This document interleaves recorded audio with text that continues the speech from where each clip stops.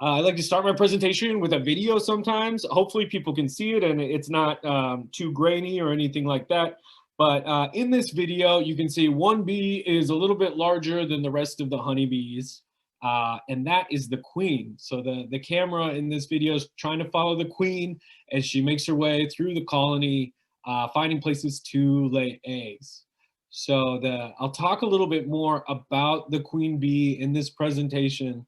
The idea of this exploratory beekeeping talk, or Beekeeping 101 as it was called, is for folks the idea is that we develop this curriculum for folks that are interested in potentially starting beekeeping, but they haven't yet made the plunge.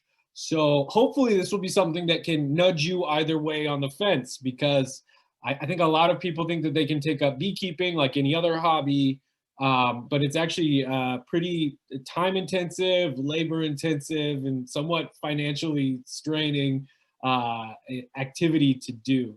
So I'll go into some of the ins and outs all about it. So let's, I got a little bit of an introduction. My name is Randall Cass. I'm the bee extension specialist. I started in 2017. And since coming here, we've started a lot of cool stuff with our bee program.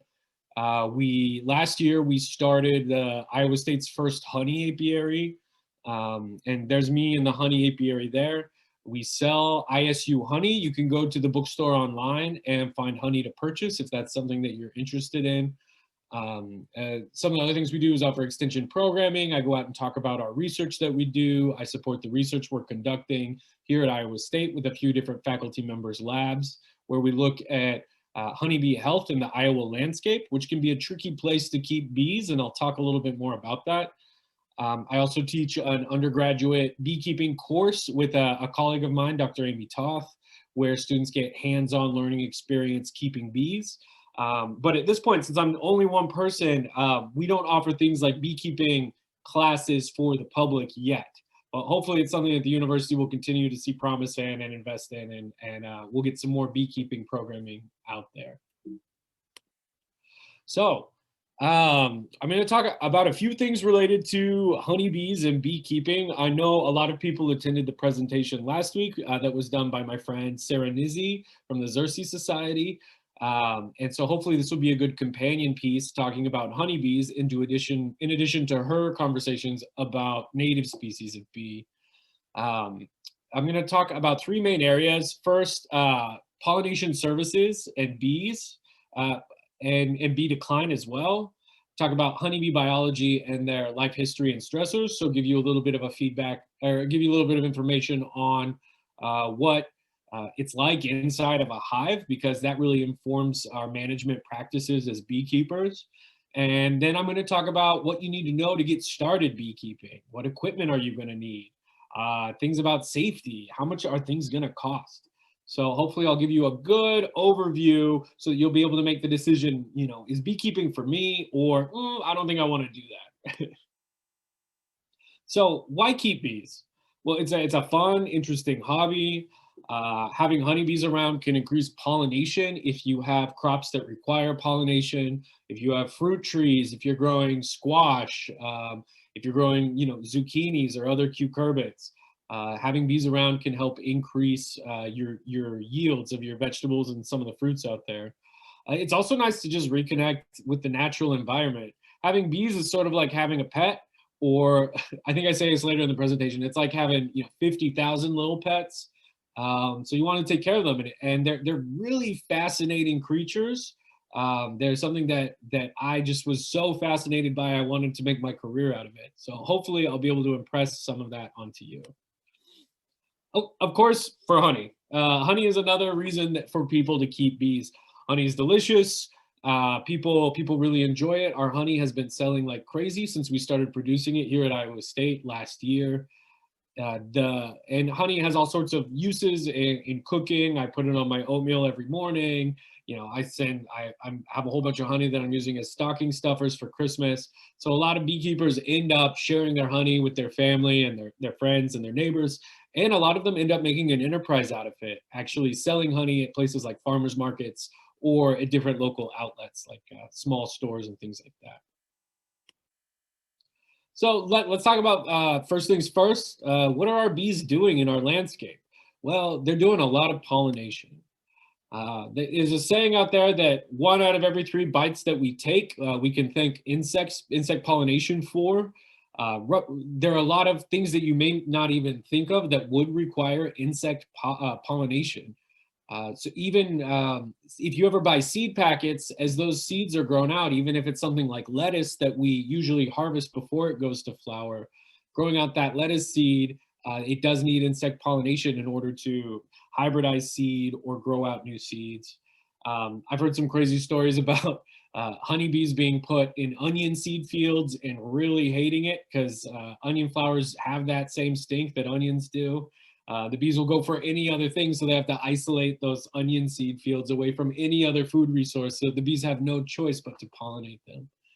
80% of our pollination is done by honeybees. Hopefully Sarah Nizzi, for those of you that were able to attend Sarah's presentation on native bees, maybe she talked a little bit about managed native bees. There are some non-honeybee species that they use for pollination services, especially with crops that are grown in greenhouses. So for example, they'll use bumblebees in greenhouses to pollinate tomato plants because honeybees don't do well in greenhouses. They just keep throwing themselves against the glass. They want out of there, but bumblebees will fly around and make the best of it. Then there's also alfalfa leafcutter bees that are good for pollination as well, mason bees, a few others out there. Over 100 agricultural crops require this. Probably the most commonly known one is almonds, which require 100% insect pollination. But all sorts of veggies and fruits and nuts that are out there, citrus, apples, all sorts of things. Overall, with insects, they add value to crops to the sum of about $19 billion every year. For those of you that aren't familiar with pollination, it essentially happens like this. Bees, foraging honeybees or native bees, but in this case, we're talking about honeybees, will fly from flower to flower collecting nectar and pollen. They put that pollen in on their legs in pollen baskets, also known as a corbicula. And as they travel from plant to plant, that pollen, it's on their legs, of course, but it's also stuck in the hairs of their body. And they'll be transmitting pollen and pollinating these plants passively as they go by and visit. And this can actually, a lot of plants can be pollinated in a multitude of ways. But bees having insect pollination for a lot of different crops that we have will increase overall crop yield. Just for comparison, on the left, you can see a photo of strawberries that were pollinated by bees. And then on the right, you can see strawberries that were left to self-pollinate or wind pollinate. In that field, they put like a tent around the bees or a cage so that around the strawberries so that bees couldn't get in. And you can see how well that fruit set improved as a result of the visitation from bees. So healthy bees means healthy lives. And beekeepers make a business out of this. In fact, if you look at your average commercial beekeeper, and we define commercial beekeepers as beekeepers that have, over 500 hives. So 500, many of them have thousands, maybe even 10,000 hives at once. And contrary to popular belief, they don't make their money from selling the honey that the honeybees produce. They make their money from pollination services. So this photo, you can see a map of some of the darker places on the map are the places where a lot of crops that require bee pollination are. Places where they grow melons or citrus, places where they grow almonds, of course, like I mentioned before, berries, sunflowers, apples, all sorts of things. So commercial beekeepers load all their hives onto pallets and load those pallets onto semi-trucks, and they ship them around the country throughout the year for those pollination services. Just when I lived in California, which was, wow, almost 10 years ago, beekeepers were getting maybe $200, $250 per hive that they just left in an almond orchard for the month of February. And since there's so much money to be made doing that, that's why about 80% of all commercial honeybee hives are in Northern California for almond pollination season in the month of February. If you're looking around and trying to figure out how to attract bees to your garden, what types of things attract honeybees, You should keep in mind that honeybees are generalists, so they will nectar and collect pollen from a lot of different flowering plants. But since honeybees aren't native to the United States, they were brought over by Europeans. These are the European variety of honeybees. They tend to favor plants that also are not native. They like all sorts of clovers, vetch, buckwheat, any legumes. So if you have legumes in your garden, peas or beans, they really like legumes. Sunflowers, then other things that you wouldn't even expect, like if you let your daikon radish flower or let other crops or veggies that you're growing in your garden go to seed. If you let them flower, something that bees will come and certainly devour, taking a lot of their nectar and pollen. Other plants, some wild and native plants that you might not think about planting. There's a whole list here. I am not the #1 expert on plants for bees. I do have a lot of these lists. I can identify a handful of them, sunflower, black-eyed Susan, but I'm sure a lot of master gardeners would be better at identifying a lot of these plants out there that bees really enjoy. They tend to really like asters. They tend to really like bee balm. That's the name, bee balm. And the important thing to think about whenever you're considering having bees is, is there a large diversity of flowering plants that bees like that are going to be flowering throughout the year? Because here in Iowa, we sometimes have a rough season.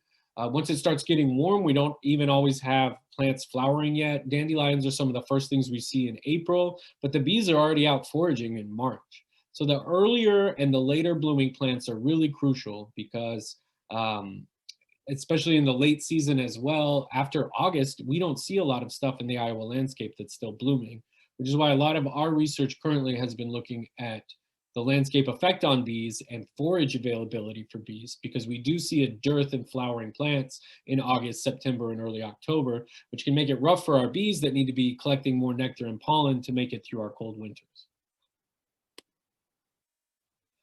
Talking a little bit about bee biology, it's important to understand what's happening inside of your hive. What are all the different components? What are all these different jobs that bees have? And also, what stressors are our bees under? When we can take all this information into account, it makes us better beekeepers, better managers of the hives. So a lot of you might already know this, but inside a hive, you'll find 3 different types of bees. You've got a worker, you've got a queen, and you've got a drone.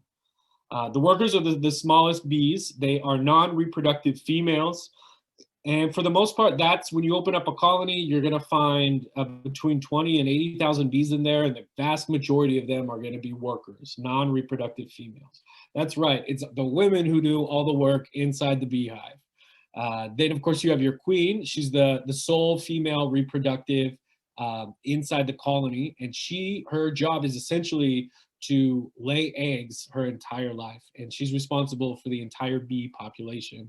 And when she goes to lay an egg, she can decide whether or not she wants to lay a fertilized egg and create a worker, or lay an unfertilized egg and create a drone.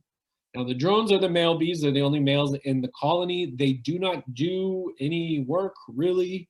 There's some studies that show they might be able to use their wings to help with thermal regulation inside the colony.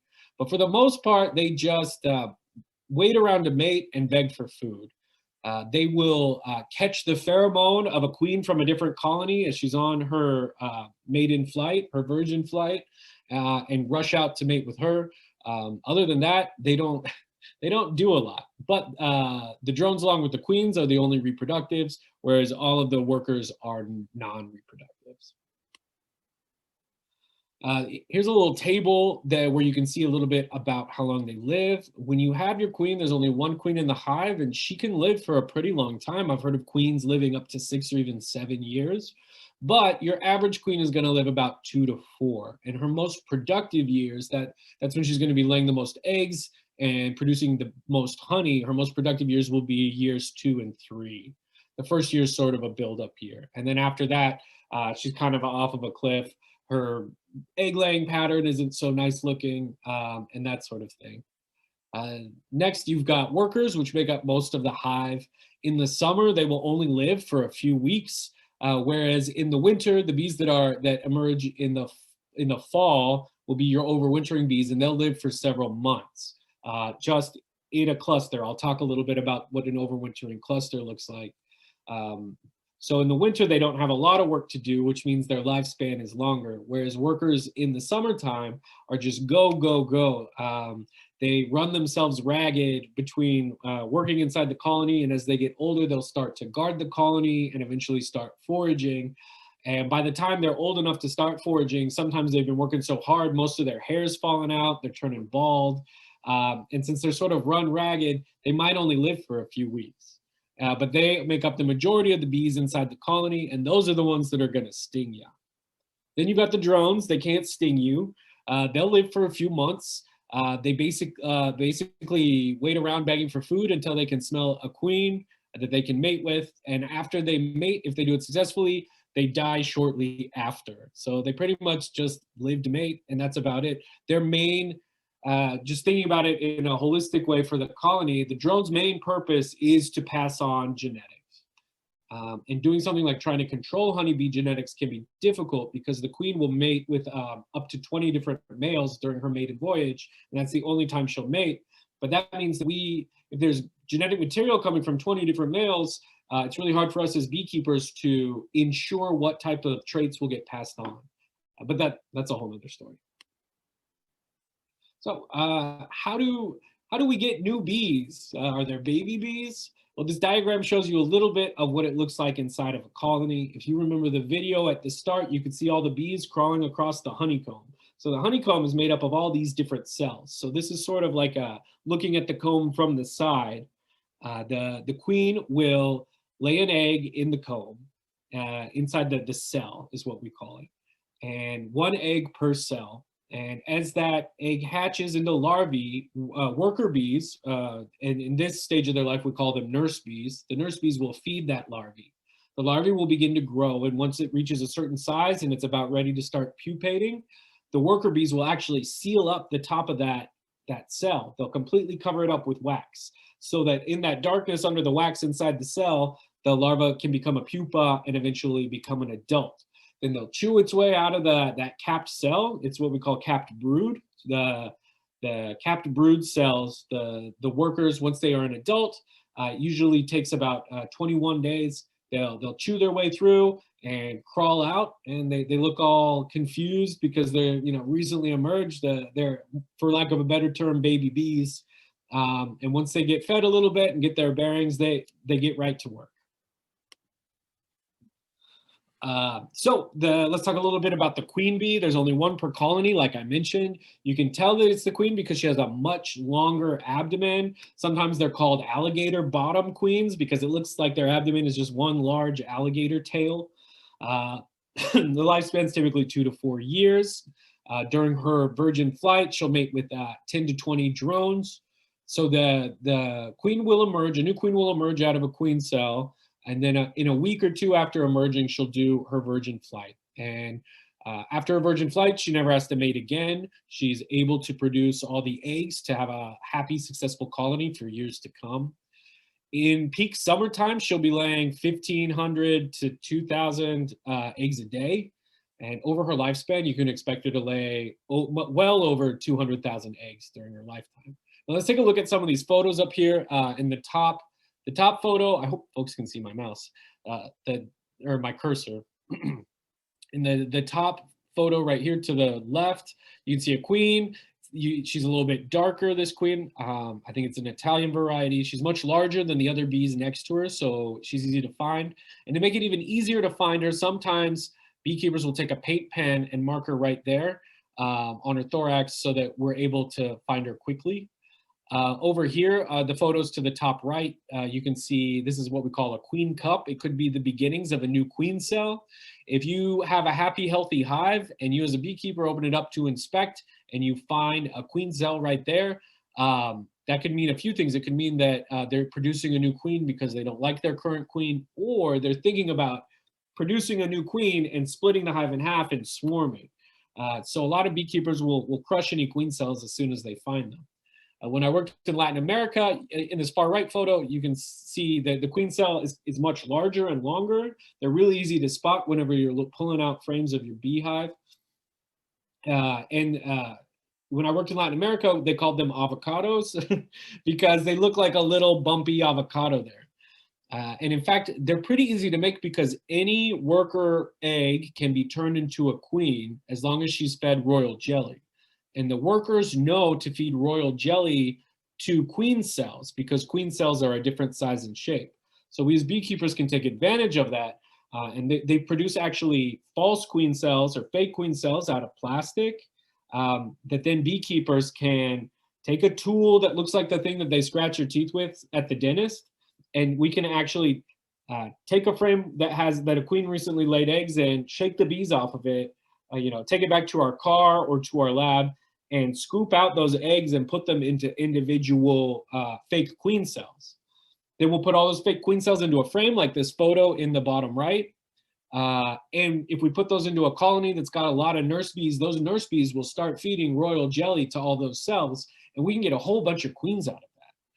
That's why we consider bees only semi-domesticated, because we do have some control over their population, unlike native bees. So, for example, if I'm a beekeeper and I lose all my colonies one year, I can call up the bee supply store and say, hey, send me some more queens, send me new packages of bees, and I can replace all of them as the following year.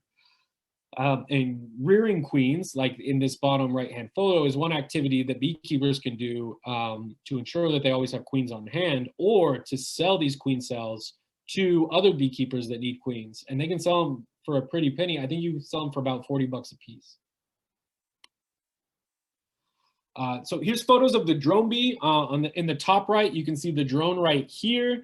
Its body is pretty large. They're pretty fat. They've also kind of got fuzzy bums on the bottom on the tail end of their abdomen. So that makes them easy to spot. Also, they have these big, what I like to call aviator sunglasses eyes that make them pretty easy to spot. So they tend to be rounder, fatter, and have these big old eyes. And that's how you can spot the drones. And actually their cells are even a different size from the average worker cell. Down here on the right, you can see it kind of looks like Kellogg's Pops cereal. The drone cells, whenever they're capped, they stick out a little bit more than the regular capped cells, which you can see here to the left of those more sticky ones. Drones are unfertilized eggs. They're certainly not workers. If anyone watched that movie, Bee Movie, where Jerry Seinfeld was a worker bee, that's not accurate. Only female bees work.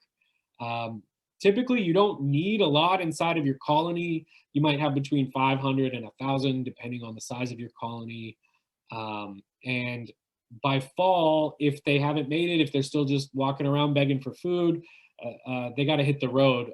The other females just kick them out because they need to save all that food for overwintering, and they just become less important, which is too bad. And drones are fun because they can't sting you. So I had a colleague who had 2 little kids, and when we were out doing colony inspections, she would actually collect the drone bees and put them in a jar and bring them home for kids to play with, because you don't really have to worry about them stinging you. So those are all the different bees. Let's take a look at what it looks like inside of a hive. So inside of a hive, you've got these different boxes. I'll go into more detail later about those, and we place frames inside those boxes. So this photo here at the bottom left side of the screen is a frame pulled from a hive. So on the frame is where the bees draw out the comb, which is full of cells, and they fill those cells with everything. They'll fill them with honey, they'll fill them with pollen that they've foraged, and it's also where the queen lays her eggs, and we call a cluster of cells where a queen has laid eggs that are developing into larvae and pupae. We call that brood. And as a beekeeper, when I pull out a frame, I have a pretty good idea of what that frame should look like, with brood towards the bottom center, and then a layer of pollen around that, and then kind of a ring of honey around that, around the edges. So if you were actually to be able to take a cross section of a hive, this photo on the bottom right, you could imagine it as sort of like a sphere, where in the middle, you've got the brood where the queen is laying the eggs. Then outside of that, you've got the pollen, which is an important part of the feed that the nurse bees give to the brood. And then outside of that is where they're storing their nectar that eventually turns into honey. And we try to take advantage of this because oftentimes where the brood nest is, they'll start storing honey above that. And so we as beekeepers know where they're going to store honey, and then that informs our decision of putting more boxes on for eventually coming back and taking that honey with us so that we can extract it. What about winter?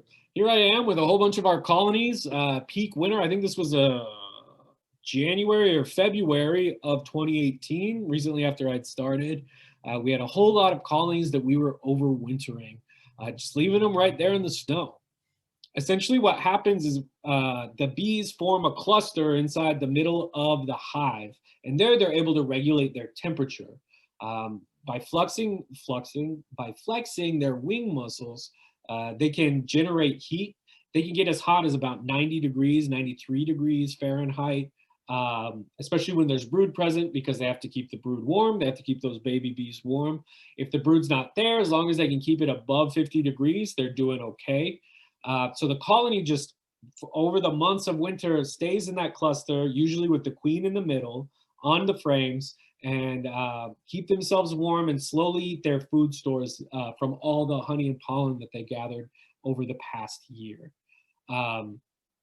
The queen isn't laying eggs during this time. Once it starts getting cold out through the fall, the queen slows down her egg laying until it comes to a complete halt in the winter, because since it's so cold, all the bees need to focus on generating heat, and they can't be out working and trying to feed this brood and keep the brood warm. The colony's sole focus is just clustering together and maintaining that warmth and trying to make those food stores last for as long as they can. In this photo, they used a thermal imaging camera to take a photo inside a colony, and you can see that there's the really warm area is where the brood is all, or where the bees are all clustered together. Now, a lot of people are worried about really cold temperatures killing our bees, and to be honest, it's not something we need to worry about because we know that they can regulate their own temperature as long as they are in a cluster. But there's a whole bunch of other stressors out there that are affecting our bees. In terms of different pests, here's a photo of a bunch of the nastiest ones. In the top left-hand corner, you can see a dead bee that has these little Varroa Mites on it. The Varroa Mite is a small parasite that embeds itself between the segments of the bee's abdomen and feeds on the bee fat and blood, or since it's an insect, it's not blood, it's hemolymph. And it can weaken bees because it will usually do this on a pupating baby bee before it emerges as an adult. And then those bees will emerge really unhealthy. The Varroa Mites can spread viruses from bee to bee as they jump from back to back. So Varroa Mites are one of the most pernicious and terrible, probably the biggest problem that beekeepers face today. Some other pests that are out there, you can see all these little grub worms in the top right-hand photo. Those little grub worms are small hive beetle larvae. So it's these small hive beetles. They're real small. You almost don't even notice them. But man, are they nasty. They'll lay eggs all over the hive. As those eggs turn into larvae, almost these little maggot-looking things will crawl around and they eat everything. They eat wax, they eat honey, they eat stored pollen, and they leave a slime trail, which is why we call this a slime out. They're a really nasty pest that we have to deal with every year. In the bottom left-hand corner, you can see a Varroa Mite under a microscope, just a little ugly bugger. This photo in the center bottom is an example of a virus that affects the larval development. It's called sac brood virus. And the larva ends up dying and turning into this pretty gross sac. Excuse me. And then these mites over here, they're a different type of mite called tracheal mites that actually live inside the respiratory systems of the bees because they're super tiny. These were a big problem in the 90s, but with the introduction of Varroa mites, they're much larger cousins. The use of miticides became more widely used, and tracheal mites, knock on wood, haven't been so much of a problem for the past 2 decades. So on top of these different pests, what else can be affecting our bees? What else is a stressor? Well, let's look at our landscape. And this is what our research primarily focuses on at Iowa State. If you look at the US itself, it is across the US, all of the US land, about 40% is dominated by farms. Now, who knows what percent of Iowa landscape is dominated by farms? If you said 85%, you're right. And actually, I think it's even closer to 86%. So we have more than twice of our land devoted to farms than the rest of the country, which can mean a lot for, it can mean a lot. It can have an impact on our honeybees and their health because if most of our land is taken out of what used to be natural habitat and turned into agricultural land, we're limiting the amount of biodiversity that's there, the amount of flowers and diversity of flowers, abundance of flowers that bloom throughout the year. We're trading those in for something like corn that doesn't flower, or something like soybean that has a really short flowering window, in which the bees can collect soybean nectar, but once that soybean is done flowering, especially if the farmers have sprayed herbicides and there's no flowers coming off of weeds or anything like that, it can turn us into somewhat what we've coined the phrase sort of a green desert for our bees, because yeah, there's a lot of plants there, but there's not a lot of foraging resources. And we can see this demonstrated by surveys that are done looking at colony loss for beekeepers. This is conducted by the Bee Informed Partnership, where beekeepers from each state report their colony losses every year. And if you take a look at this most recent one, Iowa has the worst losses, the worst reported losses of any state on that map for reporting states. This past year, about 60% of colonies were lost of those who reported here in Iowa. About 44 beekeepers reported. We, of course, have closer to 4,000, maybe closer to 5,000 beekeepers total in the state. But this past year was really rough. Our hives had really high mite levels. We had sort of wonky temperatures going into the winter, which meant that bees were eating their food stores before it even really got cold. And so starvation, Varroa mites, all these things work together synergistically to make it tough for our bees here in Iowa. People might have heard of colony collapse disorder, a concept that was popularized about 15 years ago. Essentially what was happening is what were otherwise healthy hives suddenly saw a rapid decline in population. And in some cases, the bees just up and left, even though there was brood there, even though there was food stores there, they didn't really have another reason to leave. And people didn't really know why this was happening. And while we don't really see those specific characteristics of symptoms of colony collapse disorder that often, we do still lose our colonies at a much more rapid rate than we did in the 1980s and the 1990s. And it seems to be that there's a lot of different factors that pile on top of each other that make it just really hard for our bees to get by. It includes things like poor nutrition. Like I said, in Iowa, there's not a lot of diverse and abundant foraging landscape for bees. Migratory stress for commercial beekeepers when they're shipping their bees on the semi-trucks across the country. Varroa mites, of course. Other diseases like nosema, which is a protozoa that lives in their guts, in bee guts, and can cause dysentery and illness.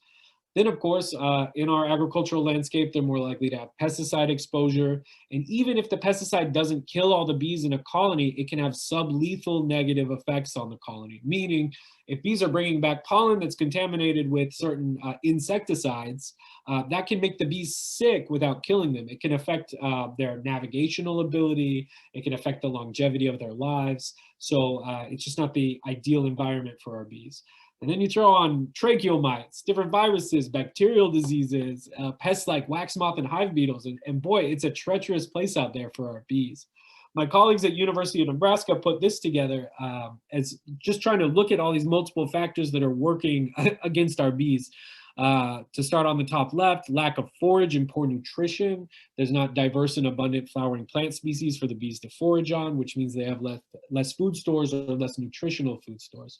We have pesticide exposure from farmland, from farm acreages where they're spraying insecticides to control insect pests. But even also, as beekeepers try to control Varroa mite pests inside the hive, we apply miticides, and that can really knock back a colony as well. Moving down, we've got viruses, bacteria, and fungi, which all can exist inside the colony and bring down overall colony health. We've got these other large pests like small hive beetle and wax moths that can move into weakened colonies and just take over, laying their eggs everywhere and having their larvae chew everything up. The small hive beetle leaves a slime out. Their larvae leave slime and this gross ooze everywhere, whereas the wax moth larvae leave this gross webbing that almost feels like black widow webbing. It's pretty disgusting. Then, of course, I mentioned Varroa mites, which are probably the biggest pest, the biggest problem that beekeepers have to deal with today. There are a lot of beekeepers out there that don't think that they have to treat for Varroa mites. They think their bees are special. And honestly, that can create problems because if one colony has Varroa mites and it dies, neighboring bee colonies, even if they're a few miles away, their foragers will move in and start robbing out that honey from the dead colony. And sure enough, those Varroa mites will hop on their backs and hitch a ride back to their colony. And that's how the Varroa mites spread from colony to colony. That example is what we call a mite bomb hive, which is a dead or diseased hive that gets robbed out and inadvertently spreads Varroa mite to these other colonies. And then, of course, management. The beekeeper can affect colony success. I actually heard the state apiarist say once, you know, they make those bumper stickers that say "Save the bees," and really what it should say is "Save the bees from new inexperienced beekeepers," because new beekeepers, well, beekeeping ain't easy. It can be kind of tough. It's a very steep learning curve, and especially in those first years, especially in an environment like we have here in Iowa, it can be really tough to be a successful beekeeper if you're not sure what you're doing. But you got me here, so I wanted to talk to you about a number of ways to get started beekeeping so that you get off on the right foot. Where do you begin? So my biggest recommendation is to find a book, find a beekeeping mentor, someone who can show you how they do it, and then also find a local beekeeping club nearby. There's other things you can do as well. Subscribe to a bee journal. Some of the famous ones are the American Bee Journal and Bee Culture magazine. That way you can tune into the latest news, the buzz of what's happening in the beekeeping world. You can attend field days and short courses that a lot of different beekeepers and beekeeping clubs will put on. And I just wanted to open the Iowa Honey Producers Association website to show folks. So this is the Iowa Honey Producers Association website, and whenever you go on this website, you can go to classes and clubs, and there you can bring up a whole list and it brings up the whole list of all the different regional beekeeping clubs that we have here in Iowa and their contact information. So you can go to this website, IHPA, and the Iowa Honey Producers Association, and find the club that's closest to you, because we have a whole bunch of them, and they're scattered all across the state. This is also a place where you can go and see what classes are being offered. They currently have their 2022 class list up, which you can download as a PDF, or no, it's an Excel spreadsheet, so I won't be able to pull it up here. But I highly recommend taking a beekeeping class in the winter, because in February and March is the time when it's time to order new bees.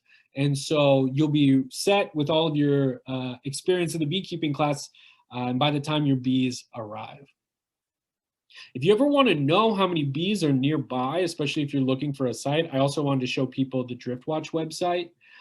If you Google Driftwatch Iowa map, you can actually, this is a specialty crops website, but it also shows you all the hives, all the colonies that are registered, because Driftwatch functions as the state apiary registry for the state of Iowa. Here you can see all the registered beehives across the state. I'm going to try to zoom in. Oh no, I pulled up. You can pull up where they are, but I wanted to zoom in here on Ames just to give you an idea. I was recently contacted by the city of Ames because they're trying to develop ordinances about urban beekeeping.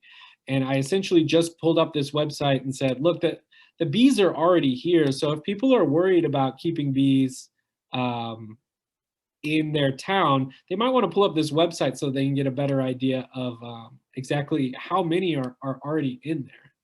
Oh, and I got lost on the map. There's Webster City. Here's Des Moines State Center. Let's see if I can get closer to Ames. There's Nevada. Up here, we've got my hives are registered up here. Is that one of mine? Yep.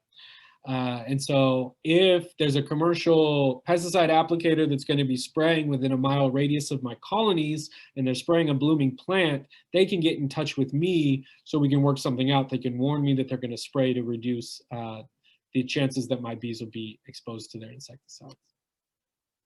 All right, I'm going to go back to my presentation about getting started. So The other thing you might want to do is check your local ordinances. That information is also available on the Iowa Honey Producers Association website. Essentially, the Iowa Honey Producers Association is one of the largest, it is the largest beekeeping umbrella organization for the state. But then there are a handful of other clubs that do a lot of work as well, such as the Central Iowa Beekeepers. So you want to get involved with these folks, or at least utilize their website to find more information. And then the other thing you want to consider is finding a suitable location for keeping your hives, or what we call an apiary site. You want to make sure that there's a lot of flowering resources nearby. You want to make sure that there's a water resource nearby, something like a stream or a pond where bees can collect water. And you also want to take into account, all right, is there a lot of ag happening here? Is there going to be, if everywhere around me is agricultural landscape, where are the bees going to be foraging in March? Where are the bees going to be foraging in September? Keep those things in mind. You want to get out and start right with clean equipment. Now, beekeeping can be expensive because the investment in all of the beekeeping, brand new beekeeping equipment can run really high. So I don't judge anybody who's interested in getting, hand-me-downs from another beekeeper. I just say use precaution because there are certain diseases, especially a bacterial disease called American foul brood, or AFB, that can live in the comb for decades. And American foul brood is so pernicious and nasty that the recommendation is, if it's found inside your colony, that you kill the colony and burn all of that equipment. So just keep that in mind if you are taking hand-me-down equipment from another beekeeper, or you purchase it at one of the bee organization auctions, to keep a close eye on it, to inspect it regularly to make sure that there's no signs of disease. You want to order bees that are healthy bees, which is easier said than done. I suggest talking to your bee supplier. There's a lot of different bee supply stores around that will supply you with bees about what strain they're using, whether it's, there's a lot of strains. There's Carniolan, there's Italian, there's Russian honeybees. They all have different pros and cons. And to be honest, most honeybees are sort of just a big mixture of all these different bee genetics. So you want to talk to your supplier about what the strain is and what you can expect from the bees. Are they going to be docile? Are they going to produce a lot of honey? Do they overwinter well? That's how I would define a good strain. Find a good location. I mentioned that, somewhere with a lot of flowering acreage. Also, if you're going to be keeping your bees there year round, for overwintering, I like to have a northern barrier, whether that's, they're up against the side of a shed, or they're up against some shrubs or some sort of tree line to protect them from a lot of at least in central Iowa, we get a lot of north and northwest winds blowing in. So I like to give them a little bit of wind protection. And also don't start too big. As I mentioned, there's a huge learning curve to getting started. I recommend starting with 2 colonies. That way, if one is more sickly than the other, you have a pretty good idea that there might be something wrong with it. Whereas if you only had 1 colony, it might be really sickly, but you wouldn't know any better. Looking at all the different components that come inside of a hive, there's a lot. So a lot of people might know there's a lot of boxes. Usually they're painted white. You can sometimes see them off the highway. We call those boxes different things depending on their size. For the deeper boxes, we call them deeps. And for the shallower boxes, we call them shallows or honey supers. Essentially, the idea is that all the boxes are full of frames of different depths. So in the honey supers, you've got smaller frames. In the deeps, you've got deeper frames. Usually the brood of the hive will be in the deeps, whereas the honey supers is where they're going to be storing their honey. Bees tend to have their brood at the bottom and start storing honey on top. And since we know that as beekeepers, we can add more honey supers onto that colony, and they'll just keep filling those up with just honey and not brood if we keep a good eye on them. We use honey supers because all these frames that are full of honey can get really heavy. So if you were to have a deep that was full of frames that were full of honey, you break your back trying to lift it up. So it's helpful to have these shallower boxes so that we as beekeepers can move them around. And in fact, if some people have limited mobility and don't want to deal with any deeps, they can actually use honey supers the whole way through to give their back a break. Inside all of these boxes are frames. Yeah, some beekeepers run 8 or 9 frames in there. I like to run 10 frames in there. It all just depends on your preference. They can all get kind of stuck in there. So a lot of people like to run only 8 or 9 frames so that it's easier to pull the frames out. Um, and so in your colony, you're going to have, of course, the honey supers, the deeps. You're also going to need a bottom board at the bottom that acts like the base, and it has the ledge that the bees can walk out of the entrance on. Your hive lid, of course, because they can't be open to the elements, and some sort of hive stand to keep them from sitting directly on the ground. There are other, this hive, the setup I'm showing you is called the Landstroft Hive. It was put together by Lorenzo Landstroth and patented in 1852 in the United States. And actually one of these newfangled type of colonies was donated to Iowa State University back when it was just the Iowa College in 1870, which means that 2020 marked 150 years of beekeeping at Iowa State. And so I'm happy to be part of that legacy. Langstroth hives are the most commonly used hives in the US and in most of the world. However, there are a few other types of hives that are out there, but they're not used by commercial producers. There's top bar hives, which you can see in these photos in the bottom left. Top bar hives are good if you have limited mobility. It has the bees, instead of building their colonies up vertically, they build the colonies up horizontally.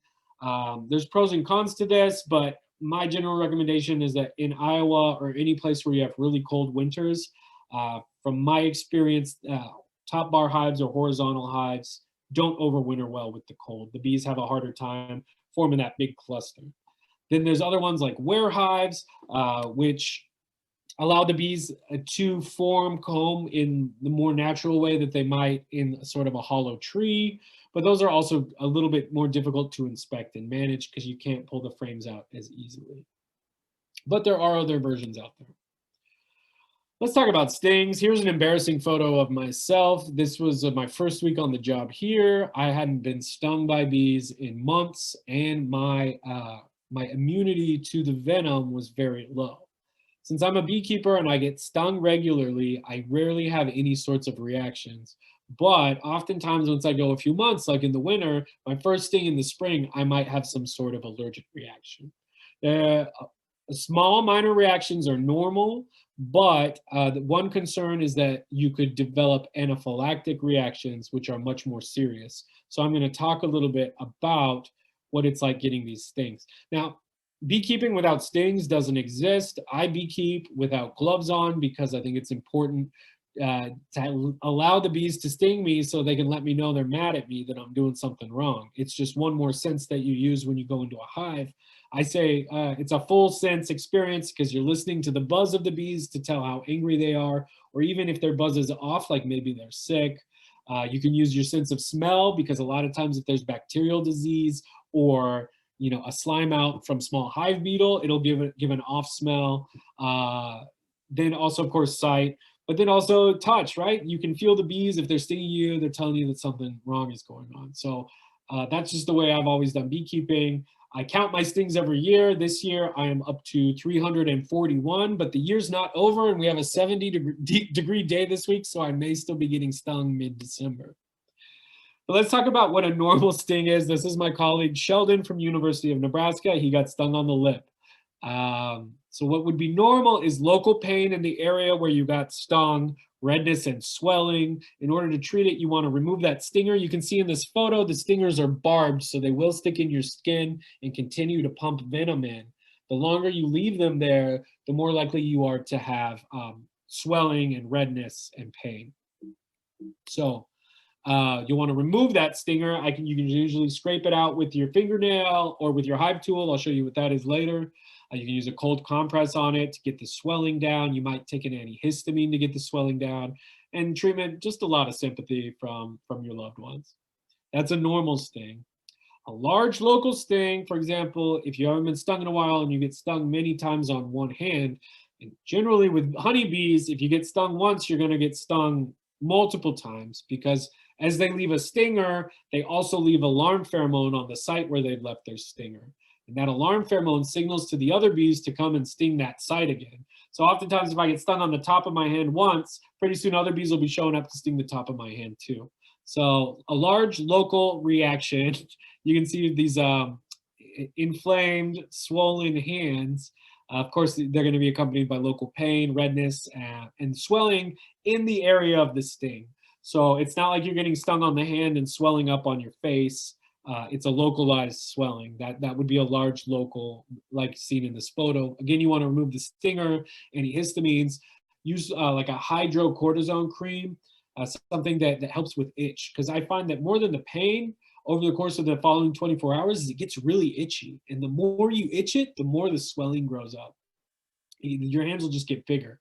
So anything that you can do to relieve that itch is helpful. I've also read that you can buy powdered meat tenderizer and soak that in warm water with your hands or with wherever you've been stung, and that can help bring the swelling down as well.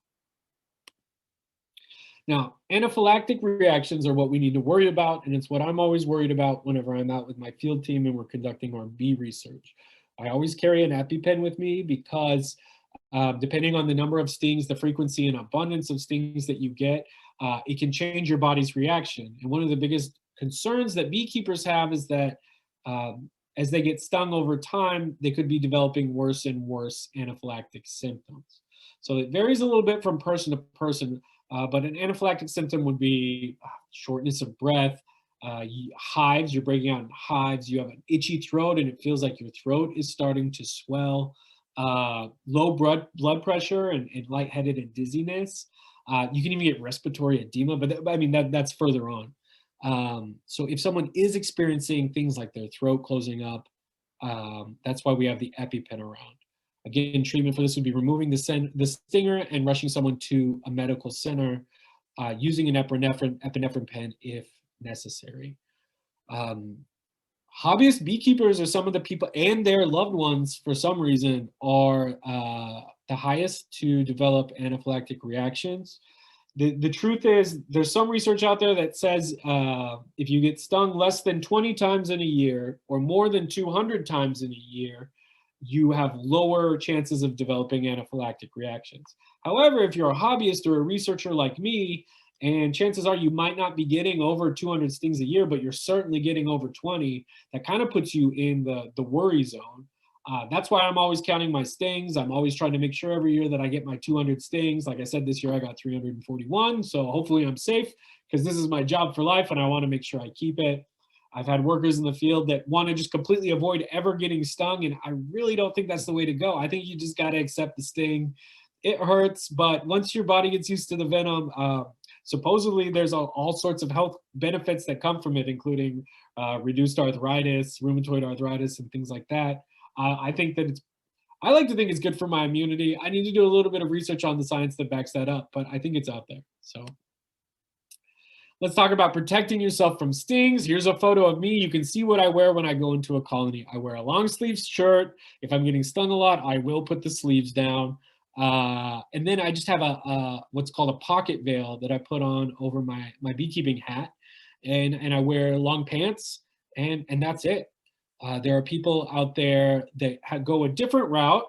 And I'd like to show you another quick video that I find most beekeepers would look at what I'm wearing and say, he's a minimalist protective gear beekeeper. He's not out there in the full white suit and the gloves that he's duct taped around to make sure no bees get in. But I always have that veil on. Right now in the era of TikTok and social media, you can see a variety of different beekeepers out there posting their videos. And I just wanted to share one of them who kind of infuriates me. Here she is. This gal goes out and collects wild swarms without any protective gear. So I'm gonna mute it. She's got her hair down, she's got her glasses on, she doesn't have a veil on, she doesn't have gloves on, she's wearing dark colors, and all of these are red flags to me. Bees could fly in under your glasses and sting your eye, bees could get stuck in your hair and sting the side of your head. I always try to keep my face protected, even if I'm not using gloves. And so this woman has created a lot of controversy because her viral videos of her collecting bees without any gear on whatsoever, it's fine if that's the way you want to beekeep. I just wouldn't recommend it because I feel like it's giving people unrealistic expectations about getting stung a lot, because she's calm, but she's getting stung a lot right now. They're getting stuck in her hair. I'm sure they have to fly up under her glasses sometimes. So I recommend at least protecting your face. But there are all sorts of other PPE, personal protective equipment, that are out there. Let me back into my presentation that folks can wear. So you can get a full veil, full pants. Here's someone in a full beekeeping suit, no gloves, but a full beekeeping suit. You don't want to wear anything dark colored. Bees in nature, if you think about if a bear was attacking a colony, bees can't get through their fur, right? So they're going to go for the dark parts of the bear, their eyes and their nose. And they also just go for dark colors in general, which is why beekeepers tend to wear white. You don't want to wear anything fuzzy or have exposed hair because bees can get stuck in there, and then they're going to be more likely to sting you. You don't want to move rapidly over the hive because that sends a bad signal to the bees and they'll just shoot right out and get you. Everything you want to be slow and calm when you're working the bees, so no rapid movement. You don't want to keep colonies open for too long because if you have them open for more than, say, 10, 15 minutes, the bees are going to start to get angry with you and they're going to get a little bit more aggressive. Also, don't wear any strong odors. So I don't wear any like colognes or perfumes. I don't have a strong smelling shampoo. And I try to use detergent on my clothes that's not too stinky because the bees can get aggravated by that as well. And they say don't eat bananas. I don't know if this is true, but the alarm pheromone from a bee stinging you actually smells a little bit like banana candy, like maybe like runts. Have you ever eaten a banana runt? That's what the pheromones smell like. So people say not to eat bananas because you could have just that pheromone coming out of your mouth or something that smells like it. I don't know if that's true or not. Loose fitting, light colored clothing is good. A bee veil, there's all types of bee veils, but definitely wear a bee veil. Don't be like the woman in that video. Something that is going to fit snug against your chest, but keep your veil away from your face. You can, of course, invest in a full body jacket and gloves. And then, of course, you never want to go out in sandals. You want closed-toed shoes, which is something that whenever I show bees to students, a lot of them will show up in shorts or in black leggings. And you got to be fully covered, not in a dark color, not wearing sandals. Some people are so worried about stings they'll actually pull their socks out over their pants or even duct tape their pants to their shoes to make sure that bees don't crawl up their ankles, because that is a possibility. Other safety equipment include the smoker. You can fill the smoker with all types of different smoker fuel, whether that's wood shavings, pine needles. We often buy like gerbil bedding from the pet store, or just like from Walmart, that we can use in the smoker. Some folks will get old baling twine, old burlap, or even stove pellets that will burn for a really long time. Duct tape is always good to have on hand in case you need to close up a hole in the hive or close up a hole in your bee suit. Your Hive Tool, which is this yellow looking tool right here, is what you use to sort of wrench open the colony and separate out the frames. It's just a multi-purpose tool that has a plethora of uses. A bee brush to brush the bees aside if you're pulling out frames and there's too many bees on there, or if you're pulling honey frames and you don't want the bees on there. So the smoke from the smoker is used to calm the bees. So oftentimes before I go into a hive, I'll smoke the entrance a bit to let them know I'm coming in. And then if there's any bees in the way where I want to put my fingers, I'll smoke them and they'll move out of the way. Here's pricing for a lot of this equipment. You can see that over time it can kind of get expensive. You're going to be paying over $100 for a full suit and close to $100 just for a jacket suit. Then, of course, you want gloves, smoker tool, smoker fuel, hive tool, a bee brush, and these sorts of things can add up over time. In fact, hopefully next month we will have an ag enterprise sheet where we have a full budget where we consider all the different equipment and protective equipment that's required for getting started beekeeping, and we give you an idea of what it fully costs. This is just a handful of the things you need to get started. Start with new equipment is the best. Like I said, you never know where the frames came from, or if they could have something like American foul brood, a bacterial disease that is just very pernicious and nasty. So if you do take on used equipment, make sure to keep an eye on it and how well the bees are doing on it and whether or not there's any signs of disease. Here's a pricing list of a lot of the other tools that are required, even just to get brand new equipment for just one hive that includes 2 deeps and a couple of honey supers. It'll run you close to $300, which is what makes inheriting hand-me-down equipment seem so nice, because it's going to save you a lot of money. But like I said, just keep an eye on that equipment if you're inheriting it, because it could be secretly vectoring disease. How much do bees cost when you buy them? You can buy bees in a package, which is this box right here. A package comes with a small queen in a cage and about 20,000 worker bees that you then shake into your new equipment, into that new deep full of frames. That package of bees will run you $140, $150 because it includes the queen in there. And so that's one way to get started. You can also buy bees in what's known as a nuke or a nucleus. And that won't just be a box full of bees. It'll have several frames in it where the queen is already laying eggs. And so that's a way to really hit the ground running when you're getting started at the beginning of the season, because the bees don't have to draw out comb and the queen's already laying eggs. So that population is going to build up a lot faster in the springtime. You can collect swarms from a neighbor or get bees split from a hive from a neighbor, and that won't cost you any money. You can also, bee rustling is a way to get bees. Bee rustling is the term that's referred to people that go out and rob beehives from other people, and it's illegal. And in fact, we have a USDA lab here at Iowa State that does some bee research. Some people rustled their hives, and since it is a USDA property, it was technically a federal crime. I think it was a federal felony because they were stealing federal equipment. Anyway, don't do it. Don't steal bees. Package bees are nice because they're going to, especially as a first-year beekeeper, they're going to grow slowly. They're not going to get too big for you to control, and then potentially swarm if they run out of room because you don't put enough deeps and frames on there for them. So it's a good way to start out with a smaller number of bees that's going to grow as you learn and you grow as an experienced beekeeper. Also, if you want to sell honey, you have to take all these economic factors into account. You want to develop a business plan. You should probably put together a budget to figure out how much the equipment's going to cost, how much the bees are going to cost. Factor in the fact that most first-year beekeepers lose half their colonies. Consider how much time you're going to need, how far away the hives are going to be, how long is it going to take you to drive there. Each colony, you're going to want to spend at least 15, 20 minutes in once or twice a month. Do you have enough time to do that in order to keep your hives healthy and well inspected? Also consider all the bee ordinances, whether or not you're allowed to keep backyard bees if you're keeping them in the city. Those are all some different considerations. But there's not just honey out there. There's all sorts of stuff that you can sell, whether it's at a farmer's market or things like that. There's some things that are easier to make than others. Selling straight up honey is pretty simple. If you're not putting any additives in it, you don't even need a USDA kitchen to sell in cottage industries, such as at the farmer's market.